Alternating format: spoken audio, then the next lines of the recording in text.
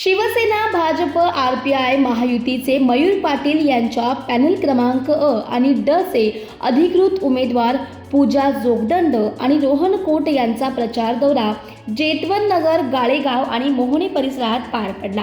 यावेळी door to door प्रचारही करण्यात आला।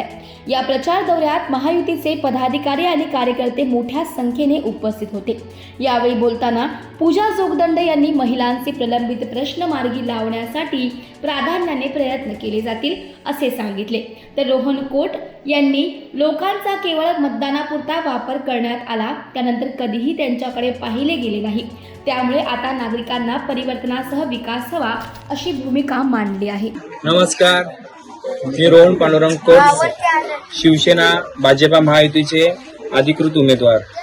आम्हाला मुख्य नेते एकनाथ शिंदे साहेब व डॉक्टर श्रीकांत शिंदे साहेब यांनी आमच्या एक सामान्य कार्यकर्त्याला आम्हाला या ठिकाणी तिकीट देऊन या ठिकाणी आम्हाला एक विश्वास दाखवलेला आहे आणि तोच विश्वास घेऊन आज आम्ही मतदारसंघामध्ये फिरत आहे।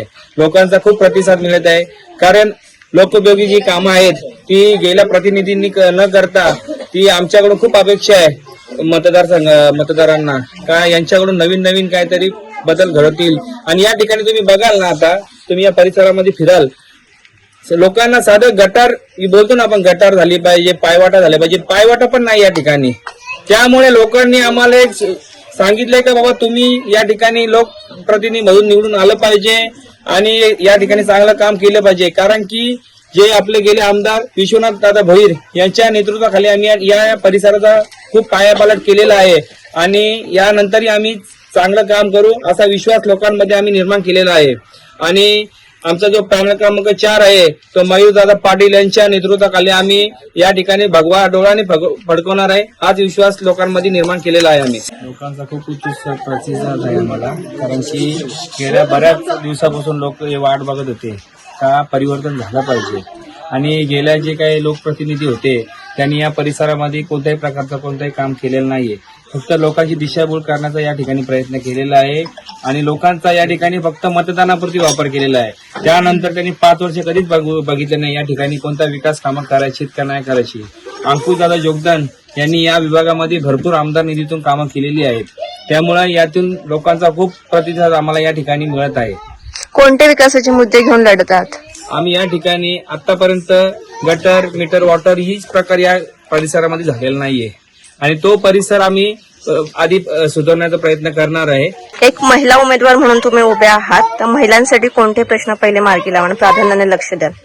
इथे बरेच समस्या आहेत तशा बघायला गेले तर मी आधी मीटिंग घेतल्या होत्या, महिलांशी संवाद साधला होता।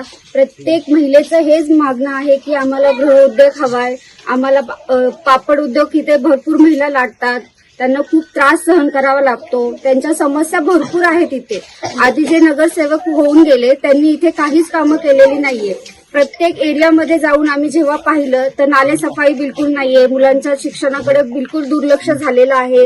इथे खूप समस्या आहेत, प्रत्येक समस्याचं निवारण आम्ही करणार आहोत। नागरिकांना काय आवाहन कराल? नागरिकांना हेच आवाहन करते की वेळ आलीये बदलण्याची, इथे बदल घडवण्याची।